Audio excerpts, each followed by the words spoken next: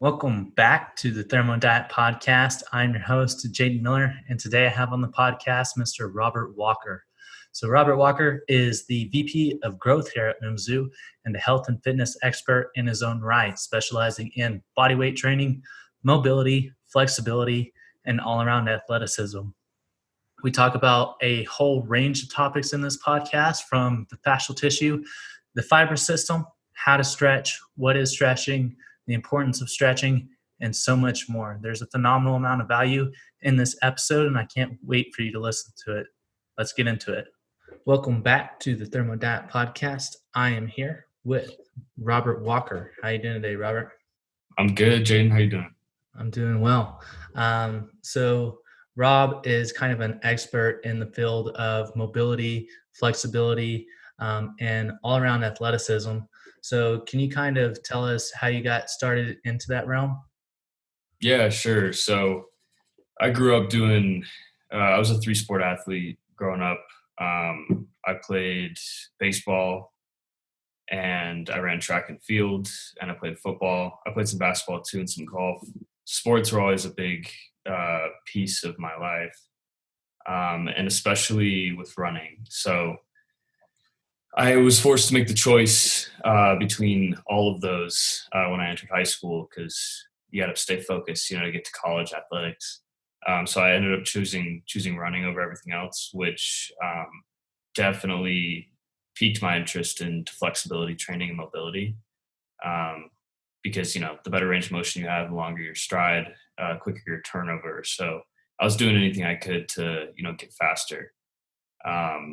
And the mobility and flexibility training that I learned in high school definitely sped me up.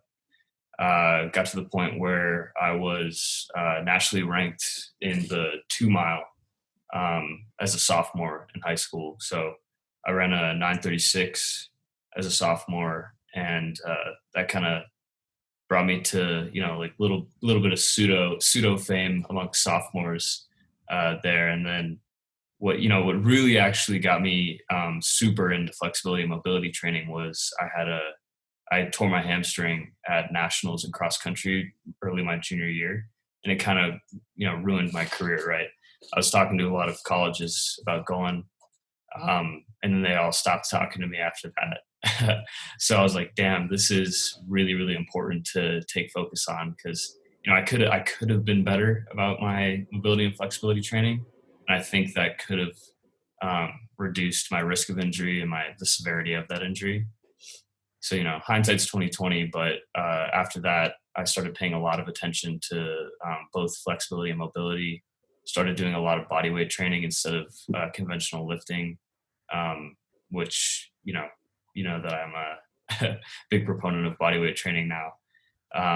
So that kind of, that piqued my interest and kept my focus throughout my entire life since then. So it was really, I was kind of half paying attention to it when I was running. And then after I got hurt, I started really paying attention to it, because I realized just how important it would have been for me. Heck yeah, definitely. So can you kind of explain for the audience the importance of mobility and flexibility training? Like, why is it something that we should focus on? Yeah, sure. So let's take a look at, fitness endeavors as a whole first. So, if you look around your gym, what areas of fitness are people most likely to be working on, right? Like, there's a section for cardiovascular training. You'll see the treadmills and the ellipticals and all that. And then there's another section just for, benches, dumbbells, for actual resistance and strength training. And, maybe shoved off in the corner somewhere is some, a rod or a dowel, and then some resistance bands to help with stretching, right? It's kind of like this afterthought. But really, there's like a big 3 of fitness, and it's cardiovascular training, strength training, and flexibility training. And historically, as you can see in your gyms, like, the latter is the least popular. And this is super evident when you look at gyms, right? And then, with the boom of the internet, right, it's gotten worse. So cardiovascular training and strength training, they're both kind of, I'll say, like, sexier than the other ones. So they sell they sell programs, right? Like if you tell somebody they're going to lose weight, or you tell someone they're going to turn into a superhero by doing strength training, that sells courses. So with the rise of the digital age, people have driven those two down people's throats, and being able to touch your toes isn't exactly something that people, like the majority of people, tend to think of as a goal, right? They don't buy a program for that. So flexibility training is really kind of fallen by the wayside, I think. That's my opinion, at least, with the rise of the digital age here and the selling of fitness programs. So, but it's really just as important as the other three. I think flexibility training is something that we all know is good, right? We all know that we should be flexible people, and being stiff just doesn't feel right, right? But because we're like so uninformed about the true benefits of flexibility training, this form of exercise tends to come off as tedious, right? Because people think, I'm not gonna.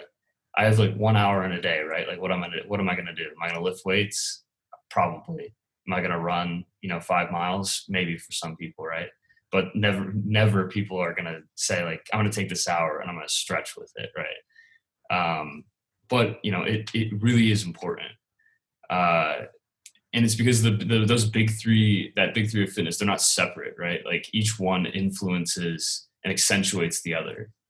Flexibility training, like as I touched on with the running, it enhances your cardiovascular fitness. Like if you're a runner, your stride is going to be longer, even marginally, and that's going to be huge for you.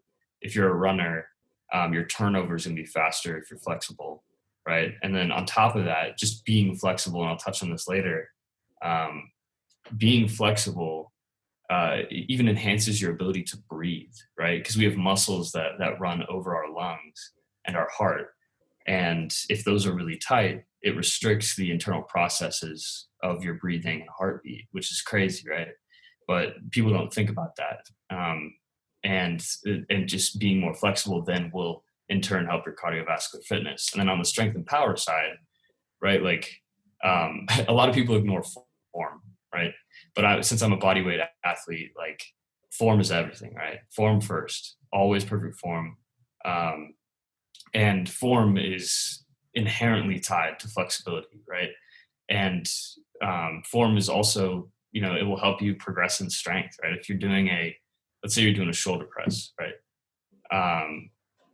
Most people suffer from lower back pain when they do a shoulder press. That's because their form is wrong, right? And that's the most common lift to have incorrect form on, because most people have closed shoulders as opposed to open shoulders. Open shoulders would be, in gymnastics, defined by like if you reach your arms over your head, are you able to create a straight line from your tip of your fingers all the way down to your heels, right? Most people can't do that. Like if you listen to this, like stand up and try. Like 99% of people do not have open shoulders. It takes a lot of work to do. But if you can get there, right, like your progression on your shoulder press is going to get way better, because when you're lifting with closed shoulders on a shoulder press, you're putting a lot of weight on your lower back and your upper chest, right? So you're building up those two areas of your body more than your shoulders, right? You're missing your target group entirely. And in that way, like, opening up your flexibility and mobility is going to help you progress in all of your lifts much, much faster. Like putting in that time is going to reap rewards all the way down the line, because you're actually going to be able to hit the target group that you're trying to work on. So that's how they like influence each other, right? There are a ton of benefits of flexibility, right? And to get people kind of excited about listening to this podcast and excited about doing mobility training, I can just list a few, right? Like if you are more flexible and mobile, and that's kind of like a defining feature, right? It's like being strong or being fast, right? You are a more flexible person. You will have less stiffness in your life. You'll have a reduced risk of injury. Your body posture and body symmetry will be better. So if you suffer from, distorted sizes of muscles, right, which a lot of people do, right, like a left bicep is smaller than a right bicep if you're right-handed typically. A lot of that has to do with how flexible and mobile you are, because it has to do with how like full your range of motion is on the lifts you're doing, right? So it'll help you improve your body symmetry. It'll actually help you be more relaxed, which is also wild, right? And I'll touch on kind of why that is probably at some point in this podcast. Lower stress and tension in your body. Stress and emotions, they build up in your body parts, which is also just a crazy concept. And by opening those up, your body, like the information is flowing through your body better from your brain to your muscles, and you can actually lower your stress. Increasing your flexibility and mobility helps with pain relief. A lot of people suffer from chronic pain. Basically, everybody does, right? And opening up your muscles and your joints and your fascia will help improve that pain relief. As I touched on earlier, it'll help with your cardiovascular and your strength training, and just like ease of daily life. And if you participate in sports, it will increase your athletic performance. It'll improve the efficiency of all of your movements that you do. Again, reduce the severity of your injuries. It'll also, and this is kind of up for debate, decrease your delayed onset muscle soreness, the DOMS, and then your recovery will be much faster, which is super important, right? Like as we touched on in the UMSU Fit muscle building program, muscles grow when they're recovering. You're breaking them down, you're training. They're growing when you're recovering. And if you can improve that recovery, which you will if you are a more flexible and mobile person, you'll get stronger. You'll build more muscle. So, to sum it all up, like there's three components of fitness, right? It's cardiovascular, strength training, and flexibility training. Like each one is intertwined. They all influence one another. And increasing, it's kind of like it's part of viewing fitness holistically, right? We're all trying to get healthier. That's what we're trying to do in fitness. And in order to do that, you have to attack all three of those areas, in my opinion, equally, in order to create a healthy and balanced body and lifestyle. Definitely. I completely agree. So, like whenever you are doing mobility and flexibility training, what are you actually stretching, and like how does it actually work? Yeah. So you're doing a couple things, right? So when you work flexibility, you're stretching your muscle. You're also, when you work mobility, you're working on the openness of your joints. That's the key difference there. And you're also working on your fascia, which is kind of this like weird topic that people don't really understand. Fascia is the connective tissue made mostly of collagen that kind of connects everything. It's not just in between your joints and your muscles.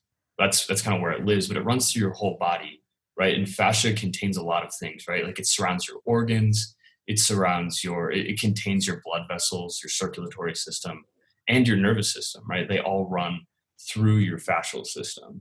And when you stretch and you work on your flexibility and mobility, that means you're not, and this is a key point to understand, you're not just increasing, your ability to touch your toes or your ability to run faster or whatever. You're also improving the function of your internal organs, the rate of your blood flow, the health of your circulatory system, and your nervous system, which is crazy, right? Like if you stretch, the theory goes, right, if you increase the health of your fascia, you should be able to communicate from your brain to your muscles better, which is awesome, right? You should also be able to think better, which is also a wild concept for people. Your fascia is everywhere. It's in your head, it's in your scalp. And if you work on that, your body is going to be able to communicate with your brain much, much better. And that's going to have a lot of benefits everywhere in your body: hormones, blood flow, everything. Everything's tied to the fascia. So stretching and mobility does impact everything when you do it the right way, right? When you're not just like, let me stretch my hamstring today. You have to take it more of a holistic route to stretching. Full body, everything's connected. You have to stretch your muscles and the opposing muscles and the interweaving fascia, right? It's one reason why massages feel so damn good, right? Like they're really working in that fascia and opening it up and releasing it. And that has it's part of why massages decrease stress, right? Like everybody accepts that is a fact, right? And this is why. It's because they're working your fascia, they're opening it up. and they're making the nervous system, the circulatory system, all open better and flow better for a brief period of time if you just get one massage. But if you work this continuously, right, you stretch every day or 5 times a week or something like that, then that can be a feeling that you feel all the time, which is huge, right? Like you have to take this seriously, and it's back to it's just as important as the other two big three of fitness. In that light, right? Like it's going to change your life if you actually commit to this and take it seriously. Definitely. So we have the fascial system, and then we also have the fibrous system. Can you kind of explain what that is? Yeah, so the fibrous system is made up of fascia, right? So those are kind of like equitable. So the fibrous system refers to the network of fascia that's running through your entire body, right? And I wanted to touch on this to kind of depict the importance of this system, right? I talked about the big three of fitness. I want to talk about the big three holistic networks, as I call them. So this is a thought experiment that was beautifully brought forward. That whoever's listening to this and they're interested in fascia flexibility training, what have you, definitely recommend reading the book Anatomy Trains by Thomas Myers. This book is about as thorough as it gets in terms of the composition of the body and why fascia and working the fibrous system is so important. And in that book, he depicts it in the following way. So back he brings up this kind of painting or drawing by a man named Vesalius in 1548, right? And what Vesalius was trying to do was he was trying to determine what makes a human, right? So the thought experiment goes like, if I could strip the body to nothing, right, and then build it back, what creates the shape of the body, really, right? It's not the bones, it's not the skeletal system, which everybody kind of runs to initially. Because, if you look at the skeletal system, you're missing a lot of stuff, right? You're missing the face, you're missing, a lot of the bodily structure. You just have bones, right? It's not the skin, as a lot of people think, right? Like it's, if you just have the skin, it'd just be like kind of like a sack of nothing, right? you can't isolate those things, right? But what Vesalius did, and you can look up this drawing online, it's actually beautiful, right? Like he defined 3 systems that actually make up the shape of like who you are. And the first one's the nervous system, right? So the nervous system is, if we were to extract only the nervous system, we would learn a great deal about the human body, right? If you think about it, we'd have the brain, which is obviously one of the most important things, the spinal cord, the vertebrae. We would see the shape of every single organ, right? We'd see the heart, the digestive system, all kind of outlined. We'd see the hands and the feet, especially those would be very visible, right? There's a ton of nerve endings in your hands and your feet. I found this out the hard way, right? Like in high school, I lost the tip of my finger, and it was by far the most painful experience of my entire life. Like after that, because you miss those nerve endings, and there's so many in your fingers and your toes that your body just completely freaks out, and that's kind of why you have that like ghost feeling, and that's real. People think that's a myth, like the ghost limb, but I kid you not, like when I lost this tip of my finger, I could like run my finger right here and I could like hit something and it wasn't even there, but my brain would like think that something was there. It was the most wild thing ever. But that just kind of depicts how many nerve endings in your fingers and toes. And if your nervous system isn't healthy and functioning properly, like there's no part of your body that wouldn't feel. That's what makes you feel things, right? So that's one major holistic network that kind of will show the shape of the body. The second one is the circulatory system, right? If you were to extract everything from the body except for the vascular system, you would still be able to see a full representation of the body, your blood flowing everywhere. You'd again see the heart, the brain, the arteries, the veins, the lungs, and you kind of see this whole picture of what the body looks like, right? You'd miss like facial expressions that you get from the skin, but the body itself would have its complete shape. And the third one is the fibrous system, right? So if you were to remove everything but the fiber system, which is like the fibril elements and then all your connective tissue, you would again be able to see the entire body. It's made up, mostly of collagen, elastin, and reticulin. Um, so, I mean, this is another, just as a side, like this is why you tend to become more mobile and have more pain as you age, because your collagen content in your body begins to decline, which means it's like really important to supplement with collagen or eat a lot of collagen to replace that. And when your collagen decreases, your fibrous system starts to deteriorate, and that makes you less mobile, less energetic, and even hurts your ability to think and hurts your ability to breathe when you start to decline in collagen. And that is why collagen makes up almost your entire body. It's the main component of one of the main holistic networks of the body. So, if you were to remove everything but the fiber system, you would still be able to see all the things I said before, right? You'd see the outline of the entire body. And what's amazing about these three things is that and this is kind of just this amazing conclusion that Myers makes in Anatomy Trains, is that, Vesalius they brought the idea forward, but what Myers concludes is that all these three things, like, when they brought together, they all intertwine, which is really important to understand. These three holistic networks are the nerves and the blood vessels all kind of merge inside of the fascial system. So they're all very connected, and the health of one determines the health of another, right? So you have to look at all three components of those holistically again, to reach that point of optimal health. And then the other thing that's just really, really cool is that they all are movement based, right? So they all transmit different information, right?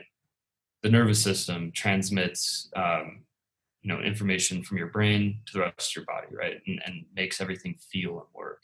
The circulatory system takes food, nutrients, and moves it throughout the whole body. It's all movement based. And fascia is the same way. It's not just this thing that's sitting there like a bone. It transmits movement information throughout your body. It's all moving and connected with your brain. And that's like a radical oversimplification of the body, that thought experiment. But I think it really wholly shows that, like, if your goal is to do more in health, right? You're not just trying to look good or, bench more, right? Like, if your goal is to really feel good and reach like an optimal point of health, then those three systems should be of paramount importance for you. Maintaining the health of the nervous system, the circulatory system, and the fascial system. Definitely. I completely agree. Yeah. So it kind of goes back to where, whenever you were talking about the ghost limbs, it makes me think about the relationship that our consciousness has with our physiology. A lot of people think that the seat of consciousness is in the brain or the heart, but I think that it's in the totality of the being. Yeah. And I think it's even within they have studies that show like a certain amount of energetic frequency that we emit from the body itself. I think that it's even found within that. And so by losing that, you still have that kind of conscious part of that limb still there to a certain degree. Yeah. And you might have heard the kind of, up and coming school of thought where like emotions are stored in different like areas of the body. Mm-hmm. And what they're referring to is like you store, like, I think one of the things, like emotional pain is stored in your feet. And that just makes so much sense to me, like whether you buy into that or not, because fascia stores information, and that's like pretty proven, right? That's not some like pseudoscience. Fascia does store information, whether that's emotion or not. There's information there, and there's so many nerve endings and fascial components in your feet that it makes sense to me that would be the case, right? And to kind of investigate that, I don't know if you guys have heard of Reiki at all, but it's kind of like that. I watched that Goop episode with Gwyneth Paltrow, and I was just instantly intrigued. Like, how is this man influencing people with just his hands, right? Like, how is he doing this? And I started looking into it. I actually like took the tests to get like Reiki certified or whatever, just to kind of go through the whole process of learning everything possible. And I've never like practiced it on anybody, but I thought the information was wildly intriguing, and like having an understanding of fascia and like a kind of a low level understanding of chiropractic practice. It made sense to me. It doesn't seem as wild as people think it is, because fascia does store information, right? I think it's just like a wildly cool concept that I think we'll learn a lot about in our lifetimes. And I'm excited to hear more about it. Definitely. I think another interesting thing to point out is that the energetically demanding part of the muscle is relaxation. That's actually what uses up the energy. And so Yeah. whenever we are stiff, we have a deficiency of the flow of energy throughout the body. So whenever you see like rigor mortis, whenever we stiffen up, whenever we die, that's because we run out of energy production, which leads to the stiffening up of the body. So Yep. if you don't have enough flexibility and mobility, then you're not going to have very good energy flow throughout the system. Yes, that is 100% true, right? Energy is one of those pieces of information that passes through the fascial system. And it's why one of the big benefits of being a more flexible person, I'm not saying you're going to get this by stretching for one day, but like being a more flexible, mobile person, you will be a more energetic person, right? Like you won't have as much, like midday fatigue, right? Because your energy is able to, it's efficient, right? Like imagine you're trying to run through like an obstacle course on Survivor, right? Versus just running, right? That's kind of a good way to depict how that works, right? So Mm-hmm. if you're stiff and you're not mobile and your fascia is kind of all grouped together and intertwined and blocking itself, then you're running through that obstacle course, right? Your energy is running through that obstacle course. But if you're open, and your energy flows very efficiently, right? Like the efficiency of your energy is going to get lost if you have tight and wound fascia, but it's going to work the way it should if you are mobile and flexible, right? You're going to be more energetic. Definitely. So what are some of the different components of the fibrous system? Yeah, sure. So there are, and this is theory. This is also something that was brought forward by Thomas Myers. I'm not going to take credit for any of this. This is something that he discusses pretty heavily in this book, and he defines 7 myofascial meridians that run through the body. Which, I read this book and I practiced this idea. I made my own mobility routines based off of these 7 myofascial meridians. And I've got to tell you, like, I think he's really, really onto something with this one. And I guess I can kind of explain so people understand a little better before I kind of wrap it all together. But there are 7 myofascial meridians in the body. And the first one, which is probably the easiest to understand, is the superficial backline, right? So that one runs all the way from your toes to your scalp, which it's an endlessly cool thing, right? So fascia exists everywhere, right? Including on the top of your scalp. And that's actually the scalp is the end point for most of these lines. All of these 7 lines either end at your scalp or in the back of your occiput right here. So that's why you feel just insanely good when you get a scalp massage, and really, really good when you massage the back of your neck. And you can feel that energy release throughout your entire body. And it's because almost all of these 7 lines connect in one of those 2 spots, right? So the superficial back line starts kind of right around your plantar fascia, right? And it runs all the way up from your like toes to heel. That's your plantar fascia kind of area there. Then it runs all the way from your heel to the back of your knee. Then it runs from your knee to your hip. Then your hip all the way up the back of your spine to your occiput, and then your occiput all the way to the front of your scalp, right? It's all connected. And I think the best way to kind of explain this is that like touching your toes exercise that I discussed before, right? So if you stand up right now and try to touch your toes with your knees locked. You will feel the pull. If you pay attention to it, you'll feel the pull all the way through that line, right? You'll feel it in your feet. You'll feel it run up your calf, hamstrings, back. It's not just a hamstring stretch. It's a superficial backline stretch, right? It's going to impact your whole body.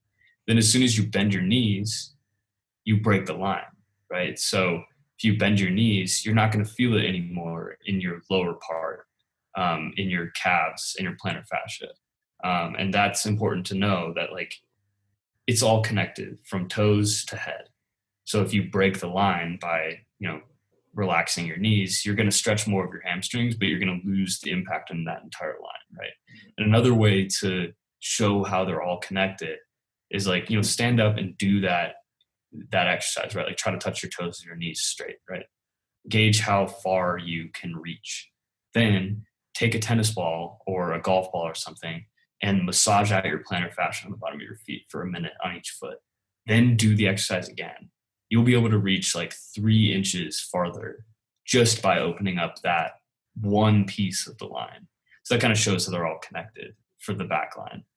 Then there's the superficial front line as well. So that one runs just kind of in tandem with the superficial back line, all the way from your toes up the front of your body to your head. And then it kind of reaches back to the back of your occiput, right? That's a completely separate line, right?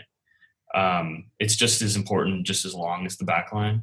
And it's very connected to they're very connected to each other. So something that's important for anybody who's trying to prevent injury is you have to stretch both the muscle that you're targeting and the opposing muscle, right? So if you only stretch, let's say, your hamstring without stretching your quad, you're opening yourself up to the potential for injury there, because the more mobile one of those gets, the more it's going to pull on the ladder, and you open yourself up for injury there. And it's the same with weightlifting and running, right? Like I'll use running as an example because I did actually do this exact one. I tore my hamstring, and it's probably one of the most common injuries in running. And it's because runners get extremely strong quads and extremely mobile quads. And when you do that and you don't stretch your hamstring and build up the strength of your hamstrings, you have a really strong muscle pulling on a weak and brittle muscle, and you tear your hamstring, right?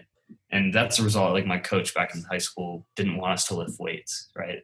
Because he was like, because we were long distance runners, like if you lift weights, you're going to gain weight. And then he made us, to depict it, he made us run around the track with a 5-pound bag of sugar in our hands to show like how much it sucks to carry extra weight.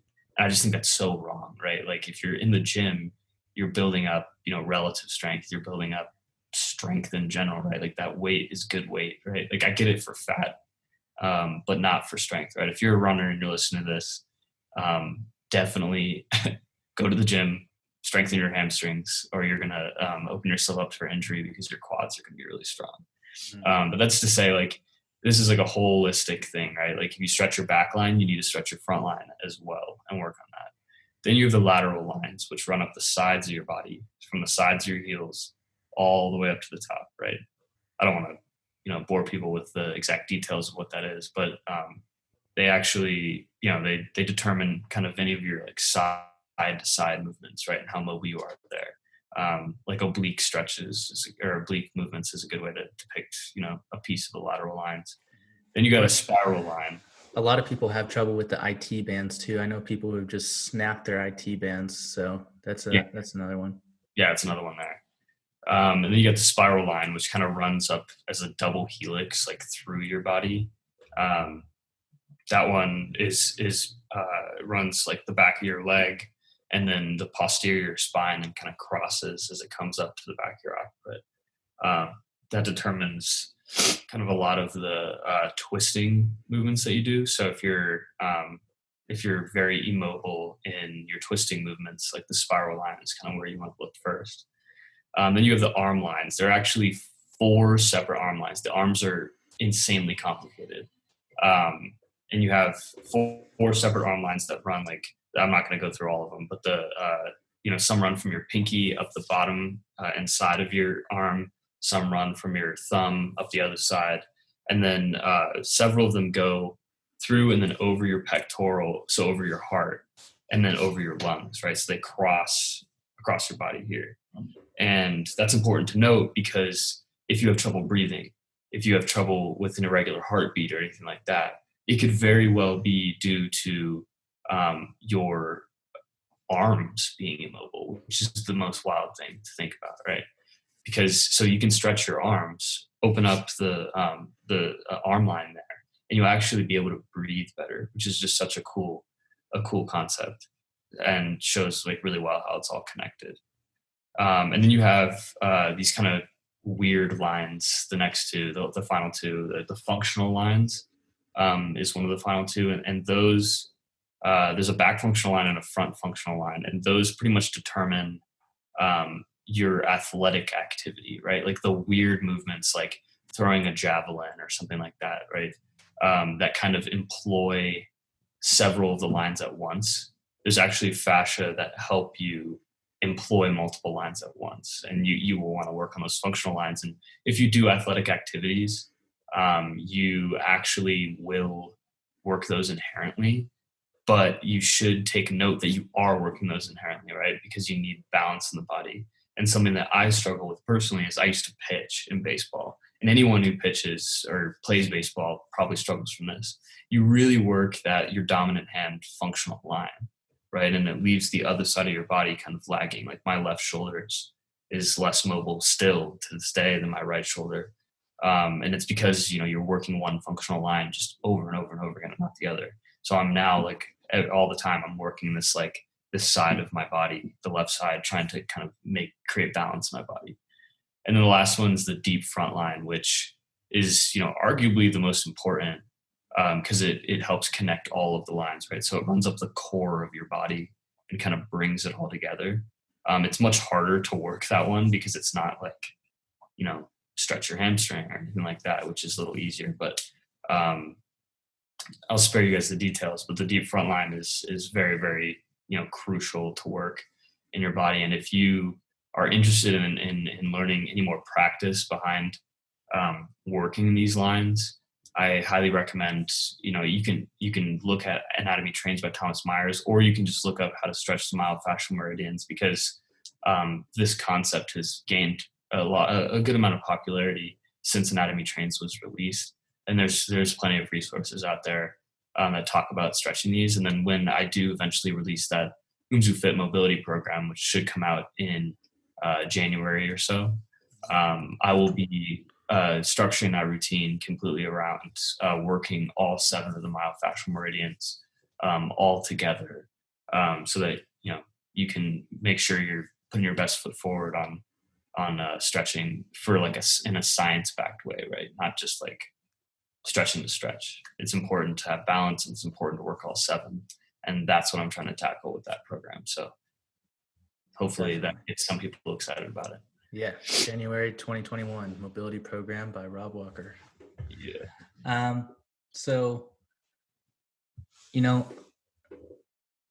how is flexibility restricted in most cases? So why do we actually become rigid and not able to, have full range of motion and have flexibility?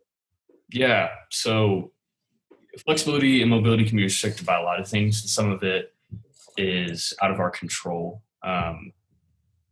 Bones, ligaments, muscle size, tendons, skin, that can all affect your range of motion, right?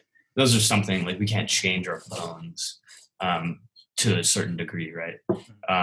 So that some of it's genetic. You can still get past that stuff, but in terms of like initial capacity, like that is something to consider. Gender also does affect flexibility and mobility. Age, obviously, like as I touched on before, collagen decline definitely impacts your range of motion. Temperature also impacts it, and clothing as well is another impactor. So make sure you're as naked as possible when you're stretching. But yeah, most of these issues have to do with the amount of collagen in your system. So it's highly recommended that if you are really interested in improving your flexibility and mobility, that you take two things into account. One is collagen content.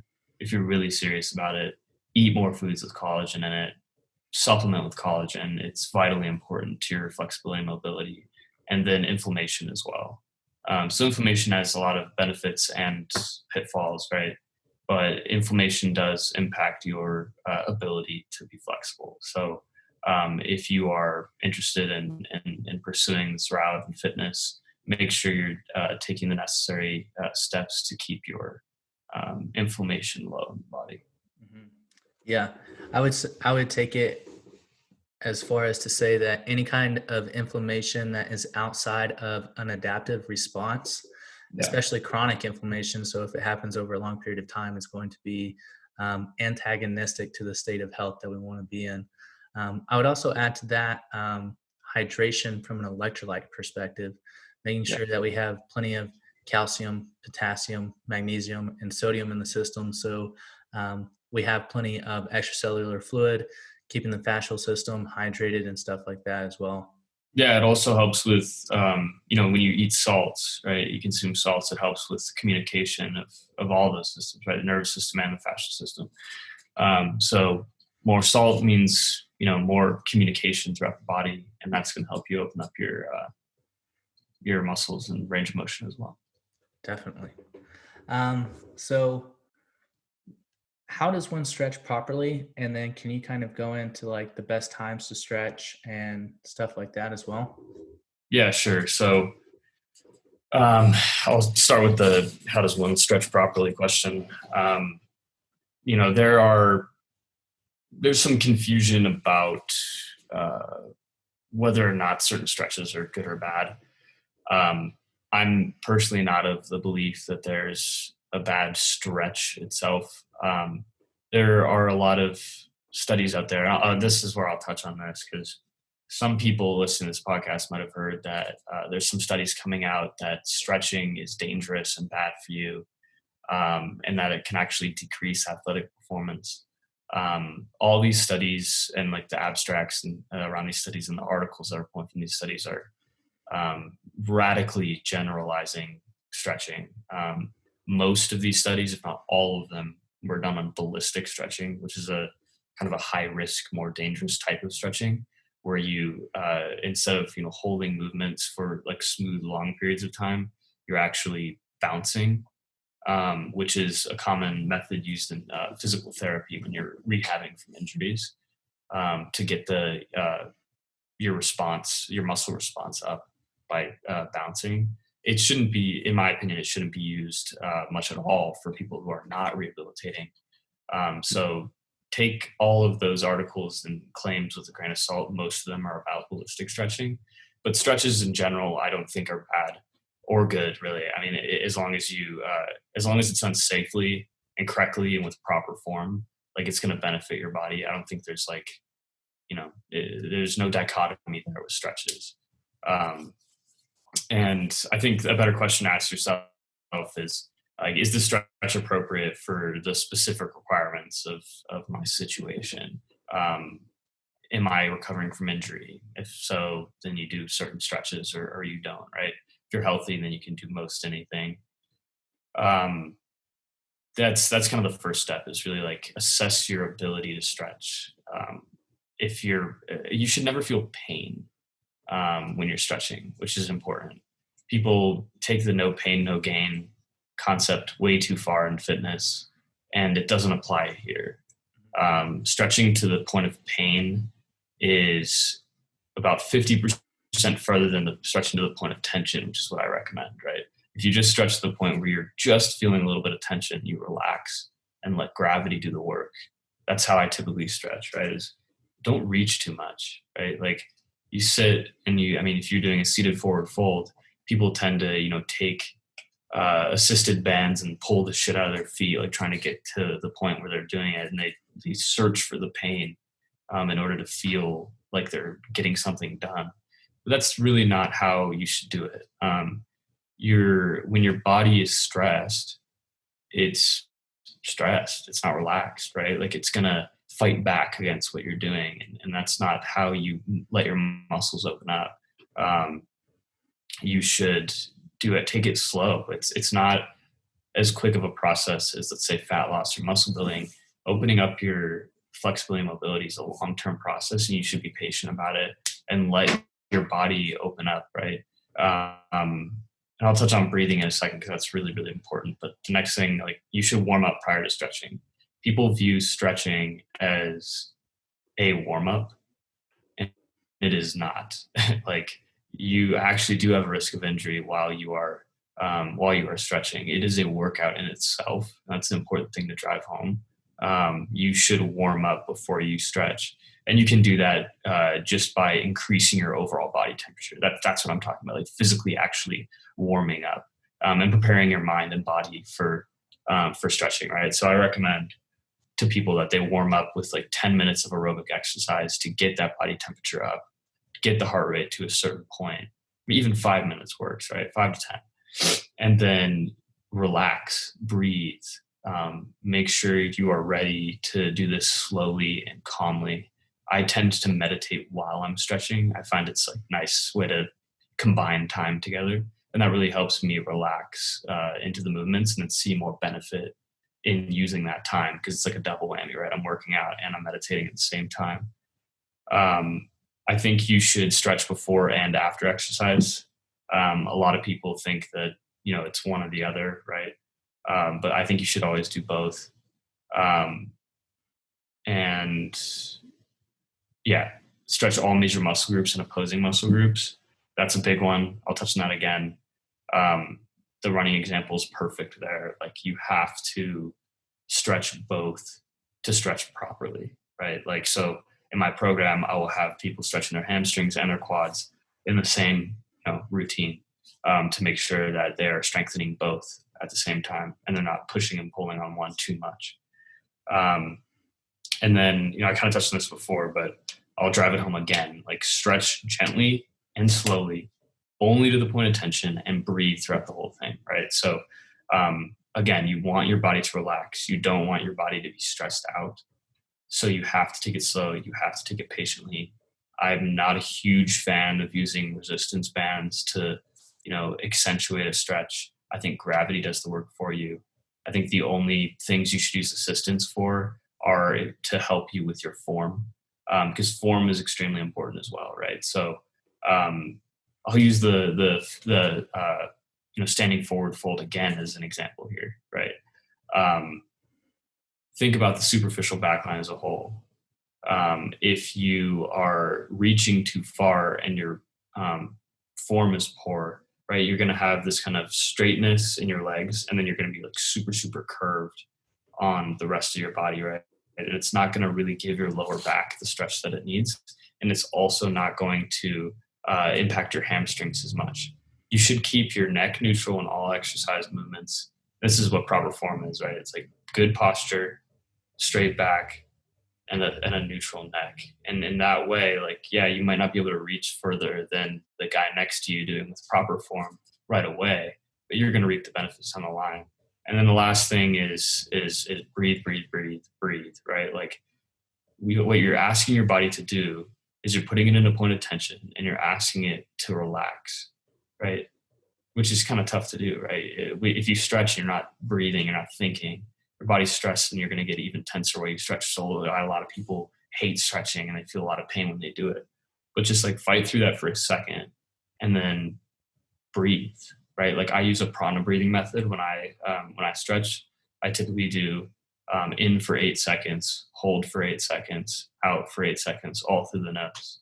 And that is one of the more studied prana techniques that shows massive relaxation of the body.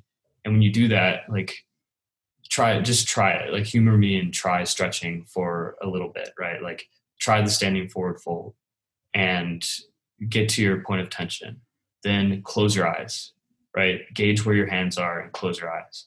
Then for a minute, hold that stretch and do that exact prana breathing technique for a minute, and then open your eyes. I promise you, you will literally feel your body opening up and allowing you to stretch further while your eyes are closed and you're doing that breathing. And you will open your eyes and you will be inches lower just a minute later than you were at the beginning. And it's because you're telling your body to chill, right? Like, this is okay, hamstrings, like, this is all right. You can open up and let gravity take you. That's literally what you're asking your body to do. And when you're, grimacing and clenching while you're trying to stretch and you're pushing too hard, your body's just going to fight back and it's going to elicit a stress response and be like, no, I don't want to do this anymore. Right. So breathing is vitally important. Yeah. Just to kind of reemphasize the importance of that and how it works. Basically, your breathing communicates with your nervous system through the vagus nerve. And so whether you're breathing out through your mouth very rapidly, that's telling your body that you're in a sympathetic state, that you're stressed, that you need to get out of there.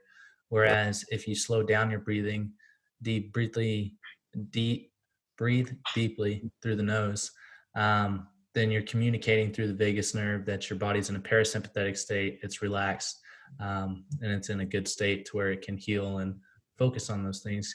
What was the technique that you were talking about? Prana breathing. Prana? It's the act of breathing in, holding, and breathing out, or the way I define it, at least. Yeah. Okay. So it's commonly used in yoga. Is it kind of like the 7-7-7 technique? Yeah. I just use 8-8 personally. I also, on harder movements, I typically lower it to 5-5-5 because I find it's like much harder to breathe in for a duration of 8 seconds. It's really hard to do if you try it in a really difficult movement. But I'm so if you struggle with the 8-8-8, go to 5-5-5, but try to work your way up to 8-8-8 because that, in my opinion, is gonna elicit the most relaxation in the body. Yeah. There's actually an app that you can use for that as well if you don't want to have to count in your head. It's called Breathe. So that's beneficial if anybody wants to try that. Yeah, I'll check that out too. I haven't heard of that. But I want to make sure that before we sign off, I address the rest of your questions. So I think you asked when to stretch. Excuse me, I got a meeting. When to stretch. So really, any time of the day. That's a common question that I get. As much as this is what I'll say. As much time of your day should be spent stretching as it should be lifting weights and working cardiovascular fitness, in my opinion. And that's going to sound like a lot of people, like the old adage of you should spend as much time studying after class as you do spend in class, and nobody ever does it. But I'm assuming a lot of people will view that way as well. But I highly recommend spending as much time, any time of the day really, stretching as you would weightlifting. If you weightlift for an hour, stretch for an hour. That's going to be tough to swallow because hours in this day and age are very hard to come by. But you can do it while you're watching TV. You can do it before bed while you're reading something or listening to an audiobook. Like, stretching has the capacity to be done really anywhere at any time. And if you know what you're doing, it can be really safe and healthy and a really beneficial way to use your time. If you're a competitive athlete, then I would add that stretching before and after exercise is very important. And I'll reiterate that you must warm up before you stretch, before you exercise. It is not a warm up in itself. I think you asked for how long should you hold each stretch. I get that question all the time as well. Very common question. Definitely a hot topic for debate in the field. But from what I've read and studied, the bare minimum that amount of time that it takes for a muscle to actually relax and give you any sort of benefit is 10 seconds. That's easy to do. I highly recommend you do way more than that.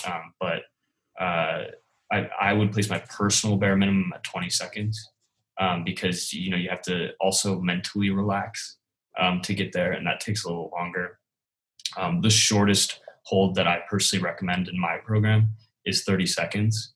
And I typically like to personally hold my stretches for 1 to 2 minutes, sometimes even more, so that I can get the added meditative benefits. There's some conflicting research on that says that you don't get any benefit after 90 seconds. from actually, it's not possible to get any benefit. But I've seen it personally, and I think it's mostly because of the actual mental relaxation piece. That spending about 2 minutes on each exercise is beneficial because you actually relax and it challenges your mind. You can meditate during that. You have enough time to breathe, and it really gives your muscle itself at least 90 seconds of actual work. Right. That's what I recommend there. I also get the question, how often do you stretch? All the time. Um, it should be done once daily, at least, in my opinion. It's bare minimum 3 days a week. I think to maintain your current state of flexibility and mobility, and that changes as you get better. If you're an advanced stretcher, yoga, you can do all these sort of contortion movements or whatever. You have to stretch 5 days a week at a bare minimum to maintain your level of fitness. I also get another common question I get is, for how long should you stretch? As I touched on before, I think you should, in total, stretch as long as you plan to do any other of the big three of fitness.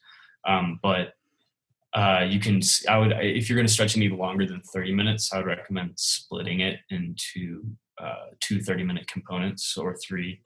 And I would also recommend working a line at a time. So, for example, the superficial back line, 30 minutes of just working that line, working your plantar fascia, your Achilles, your calves, your hamstrings, all the way up the back. And then, in another routine, you can, same day, I would recommend doing the superficial front line to work those opposing muscle groups. And the last question I get all the time is the proper sequence for stretching. This is also hotly debated, but the most common, and this is what I'm talking about, is like order of muscle groups to stretch. Where I've landed after all of my work is that you should start at the innermost muscle group, so closest to center, and work your way to the appendages. So the way and that's important because the reason why I recommend that is because if you work your appendages first, your appendages are inherently tied to your center, right? So if you work your appendages without working your center, you will not get as much benefit in your appendage exercises as you would working center. So I typically start with, like a torso stretch, chest stretch, twisting, something like that, anything around the hips of the pelvis. And then I typically work my way up first.